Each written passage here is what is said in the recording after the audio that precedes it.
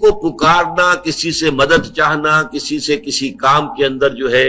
کوئی امداد کی خواہش کرنا، جو کہ ہو دنیاوی جو معمولات ہیں، جو عام ہمارے قواعد ہیں، ظاہری مادی اسباب و وسائل کے درجے میں، وہ شرک نہیں ہے۔ میں کسی سے کہتا ہوں مجھے ذرا پانی پلا دو، یہ بھی ایک دعا ہے، استمداد ہے، مدد آپ نے مانگی ہے،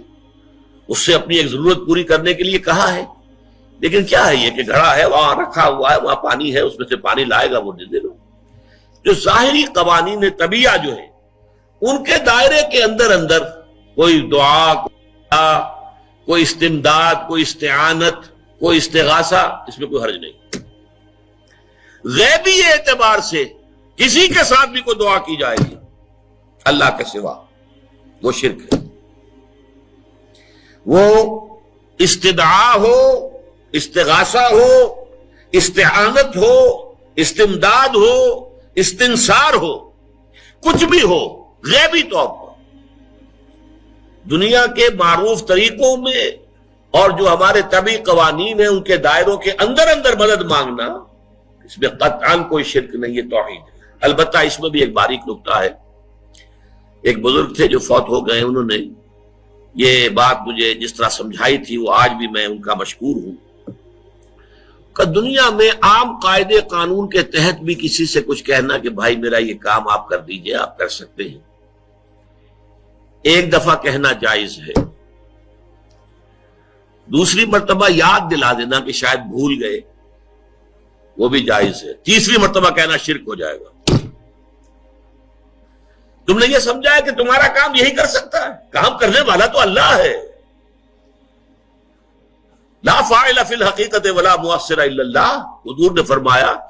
کہ اگر تمہیں جوتا باندھنے کا تسمہ درکار ہو تب بھی اللہ سے مانگو، کسی کے سامنے سوال کا جو ہاتھ جو ہے وہ دراز نہ کرو۔ اللہ نے تمہیں ایک عزت نفس دی ہے، اس عزت نفس کو دھیلا نہ بناؤ، کسی کے سامنے جو ہے اپنا ہاتھ پھیلا دینا، اپنی عزت نفس جو ہے تو ختم کر دینا ہے، مت مانگو کسی سے کچھ۔ لیکن یہ کہ ٹھیک ہے دنیا میں کام چلتا ہے۔ حضور کا شکی شان تو یہ تھی کہ اگر آپ سواری پر ہوتے تھے اور آپ کی چھڑی گر گئی تو سواری کو بٹھا کے اس سے اتر کر چھڑی خود اٹھاتے تھے، آپ کسی اپنے ساتھی سے یہ نہیں کہتے تھے کہ میری چھڑی پکڑا دو گی۔ آپ کی تو غیرت کا عالم جو ہے وہ بہت بلند تھا، بہت بلند تھا، بہت بلند تھا۔ لیکن دنیاوی عام طریقے سے یہ کہ ٹھیک ہے بھئی آپ ایک کام ہے آپ کر سکتے ہیں، یہ کر دیجیے، اس نے کہہ دیا ٹھیک ہے میں کروں گا، پھر بھول گیا یا کچھ اور ہوا،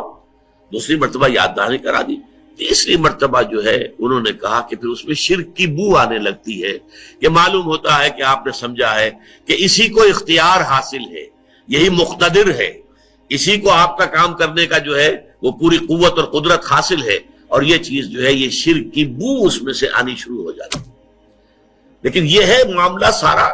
جو اسباب عادیہ کے تحت، اس سے ماورا آپ کسی کو نہیں پکار سکتے۔ دیکھیے سب سے بات نکتے کی بتا دوں آپ کو، فرشتے کو تو ہم مانتے ہیں نا، حضرت شیخ عبد القادر جیلانی رحمۃ اللہ علیہ کی روح ہے یا نہیں ہے، سنتی ہے نہیں ہے، حاضر ہے کہ نہیں ہے، ناظر ہے کہ نہیں ہے، 100 اختلاف ہو جائیں گے، اختلافات کی تو گنجائش ہے نا۔ فرشتہ ہے یا نہیں ہے، وہ تو فرشتہ تو ہے، آپ کے دونوں کندھوں پہ بیٹھا ہوا ہے، کرامن کاتبین ہے کہ نہیں ہے، یرسل علیکم حفظہ، آپ کے جو باڈی گارڈ اللہ فرشتہ نہیں بھیجتا، لیکن آپ فرشتے سے بھی نہیں کہہ سکتے کہ میرا یہ کام کرو۔ فرشتے کے وجود پہ تو کوئی شک نہیں ہے، یا جبرائیل میرا یہ کام کرو، قطعاً نہیں، غلط، شرک۔ لا تدعو مع اللہ احدا، اللہ کے سوا پکارنا کسی کو نہیں ہے، دعا کسی سے نہیں ہے، استغاثہ کسی کا نہیں ہے، استعانت کسی سے نہیں ہے، استمداد کسی سے نہیں ہے، استنصار کسی سے نہیں ہے سوائے اللہ۔